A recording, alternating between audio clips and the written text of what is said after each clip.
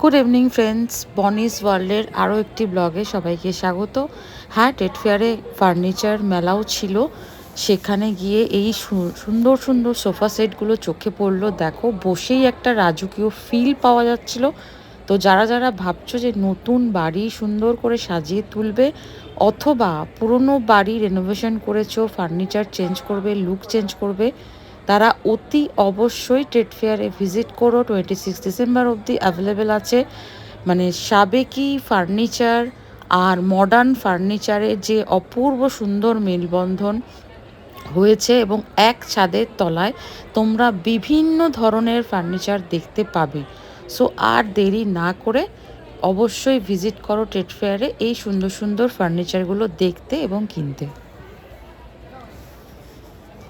তো চলো, দেখা হবে আজকের মতো। Bye bye.